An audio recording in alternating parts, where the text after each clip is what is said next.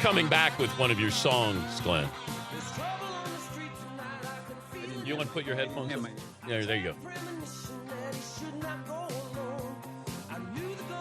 How many takes for this song? Smuggler's Blues.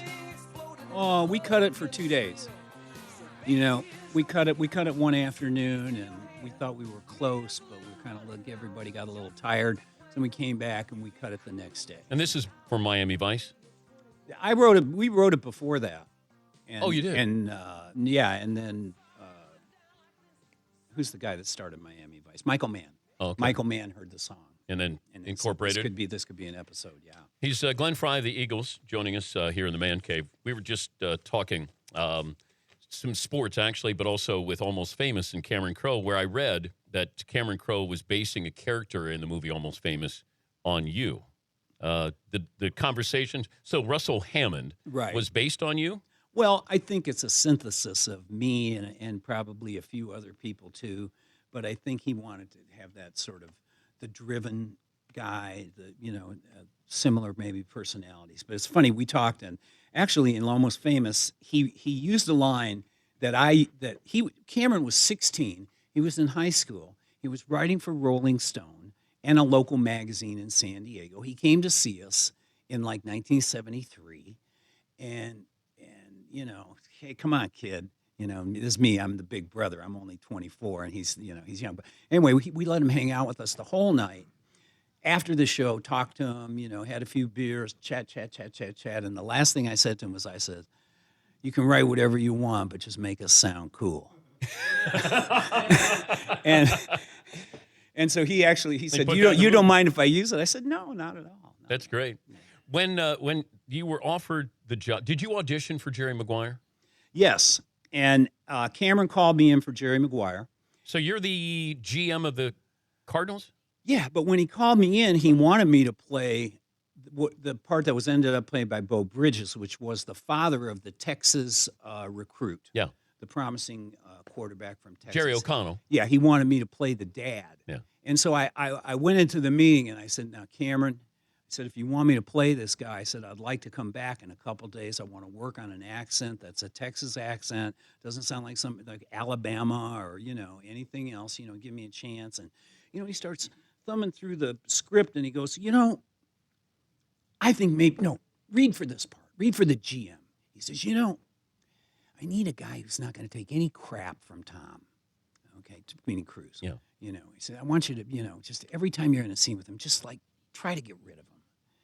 Just get out of here, without being unkind, because he might have the #1 draft pick next year and you might have to make a deal with him." But that was actually the second choice was the GM. What was that experience like? It was the greatest job I ever had. I went to Arizona for like 14 days. They used me maybe 3 or 4 of those days. The rest of the day, my instructions were to get a tan, play golf, and get a tan. So my road manager Tom Nixon and I, we were, like I said, we were there in Phoenix for about 10, 12 days and played a lot of golf. And did you know it was going to be something different? Well, I liked it. When I read the script. And, and again, it was Cameron. So, the phone rings, your friends ask you to do something. Yeah. You say, "Sure, if you think I'm right, I'll give it a shot." Why haven't you sang the national anthem? It's the hardest song to sing, for one thing. Mm-hmm. And I think you just can't do it for any old thing. You know what I'm saying? What if the Lakers get good again and you and Don Henley sing? I don't know that we'd be able to do. I don't know if we'd do that.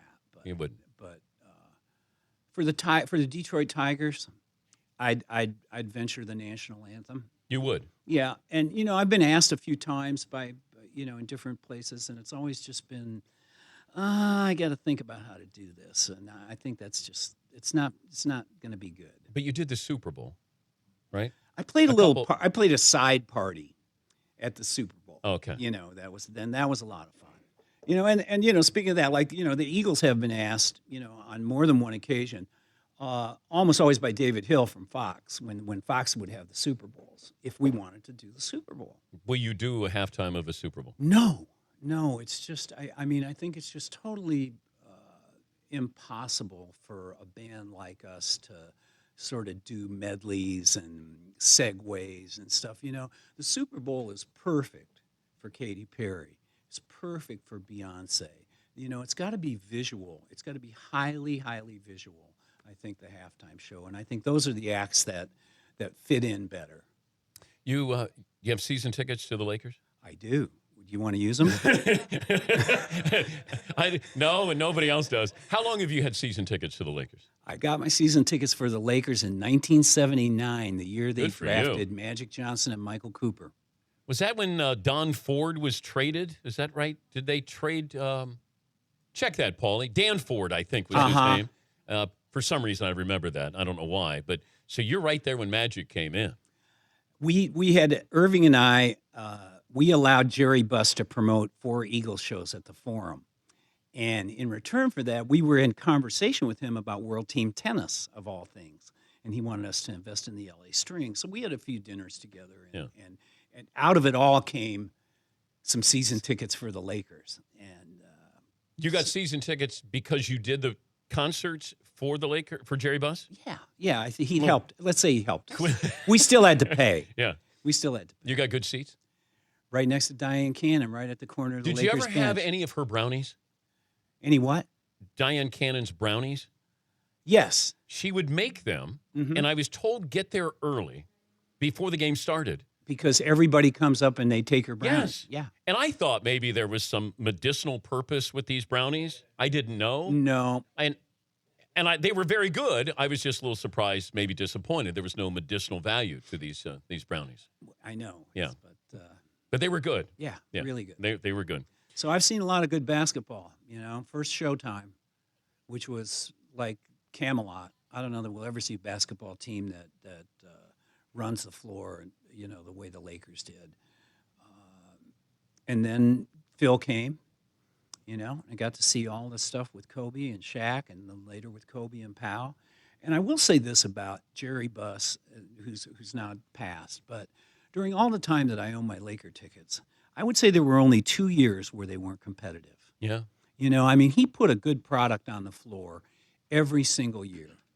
And he really deserves some credit for that. Did you ever have conversations with Phil Jackson? Yes. I mean, music conversations, or did he allow you to have, you know, a sports conversation? Because usually guys who are in sports want to talk music, and guys in music want to talk sports. You know, Phil and I actually became friends after the Lakers. And I've actually run into him and spent more time with him here in New York in the last year and a half than I have all the time that he was, you know, the coach of the Lakers. Yeah. He was a busy guy, you know. You didn't want to, you know, I never want to bug those guys, you know, when they're working. Fritzy, are you ready? I think so. Okay. Uh-oh. Here we go.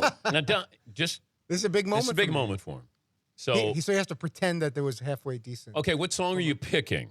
I'm going to go with You Belong to the City. And since I did the first part, I was going to jump towards the middle since Oh, boy. since Glenn already heard the beginning. Okay. And you could stop me at any time once everyone's ears are just devastated and destroyed and you can't Thank take God this isn't the Gong Show, Fritzy. Yeah. it. You got your Gong here. You're ready to hit the By the gong. way, Jack Nicholson's 78 today.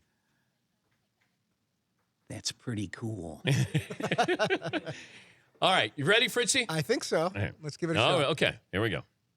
'Cause you belong to the city. You belong to the night. Living in a river of darkness beneath the neon light. You were born in the city. Wait, clear your throat again.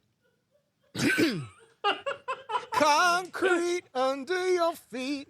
It's in your moves. It's in your blood. You're a man of the street. Okay, here's the big part. When you said goodbye, you were on the run, trying to get away from the things you've done. Now you're back again, and you're feeling strange. So much has happened, but nothing has changed. You still don't know where you're going. You're still just a face in the crowd. You belong to the city. Well done. You belong to Thank the you, night. Fritzy. Well done. Thank you. Hope I didn't destroy. If there's Glenn, anyone, if Glenn there's, was clapping. He got a couple of like. Well, golf you know, I claps. didn't see that. I closed my eyes. Was that an honest or was that a fake clap there? hey, you know what? Singing is just like skiing. You don't have to be great to have a good time. Okay. You know? I think there's a compliment in there for it. Yeah, that's exactly. I mean, you know. You know what? Sing. You Keep know singing. what? You guys give me the opportunity, even for a brief moment on national radio and TV with Glenn Frey in studio, Yeah. to sing a couple of verses of that is a big deal to me. So I appreciate you humoring me and our audience dealing with that. What's the weirdest thing that happened to you during a song? You know, when you're singing and you have to clear your throat, or have you ever had one of those moments? What do you mean, where- like swallowed a bug? Yeah. Or, you know, Like, crazy you're in stuff trouble. like that. Yeah, I've, you know, it happens on occasion, but not too much. ever get injured on stage? Injured? No. I cut my hand playing guitar, you know, I mean, you know, Okay. just on a string or something. Yeah, but nothing where you're no, jumping around. Or No. We'd always get injured after the show. when's the tour restart?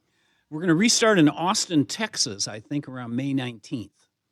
Okay. And we're going to be going out. This is what I'm calling this So This is Billings, Montana tour.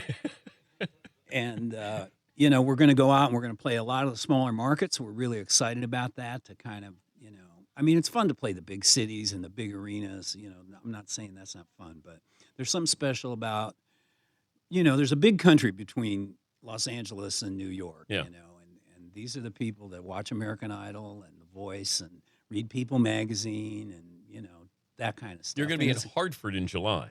Hartford in July. Will you act like you know us if we come to the show? in I'm hoping. Hartford? Yeah. Oh, are you kidding? You know, we'd love, you know, get as many of you folks out Really? there as possible. Okay. Absolutely. Because, you know, Okay. I just want to make sure that we say, "Hey, Glenn," and then yeah. you. No, yeah. Could Fritzy be a backup singer? No. He could. Okay. Fair enough. Okay. No. That was on. But I. You did. You know what? You know, was I'm trying to truly remember. I was playing a show with you Joe. could have paused there, Glenn. Speaking of that, I was playing a show with Joe Walsh, a corporate in Miami, and they had a bunch of guys down there, including the guy that does all the sound effects that was on one of the Police Academy movies or something. You know what I'm talking about, right? So we're walking onto the stage. We're walking towards the stage, and he's walking with us, and Hulk Hogan is there actually too. He wanted to play him. He said, "Okay." But Of course. so Hulk the guy, Hogan. so the kid turns to Joe and he says, "Hey man, would it be all right if I sing with you guys?" And Joe goes, "Sure, just not on stage."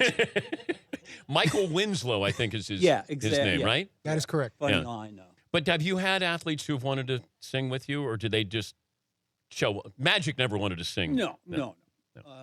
Bugsy Watson, Brian Watson, a famous hockey player from He the good old days. he Yeah. sang with you. He wanted to. Oh, he wanted to. But nobody- He got as far as the side of the stage. Nobody ever gets to sing with you unless you're a professional. To the best of my knowledge, we haven't done too much of that. The late Ed Bradley Oh yeah, from 60 Minutes. from 60 Minutes, he had a condo up in Aspen and hung out with all of us, and Did he get to so sing? he got to play tambourine. Oh, and tambourine. sing on something. Yeah. Hootie and the Blowfish let me do that. They let me play tambourine. That's why they're not around anymore. Well, no, I was. It was a cheap hire. Yes, Right? yes. I think I Free- worked for free Jägermeister. tambourine. Yeah, I worked for Jägermeister that night. Oh boy. Great to see you. Glad you came in. And are we going to get you at Tigers? We're going to get you to sing for the Tigers, right? You know, We're gonna if make they- that happen. If they called, I would definitely have. I'd have to take a good long look at that. But why haven't have they called you before? Maybe, but sometimes it's scheduling too. Oh, okay. Sometimes you're just. Would you check the schedule, see if Glenn is going to be going through the Michigan area there? We'll check it. Paulie, see if we can make this happen here. Your favorite Tiger of all time is? Al Kaline. Yeah, I loved Al Kaline. Loved Al Kaline. 18 years old, youngest guy to win the batting championship, Yeah. and won it at 19. Yeah, he was. Were you a Piston fan or a Tiger fan, a Lions fan? If I said your favorite, It's Lions and Tigers. okay. And then, it's funny because I moved to Los Angeles when I was 22 years old, or 21 maybe, and that's when I got into basketball. I came to Los Angeles really as a hockey fan, and I started going to Kings games all the time. You when beat they Gretzky? when they were bad, before Oh, Gretzky, okay. even before Gretzky. Yeah. And then I got into the Lakers and UCLA basketball. Started watching that like crazy.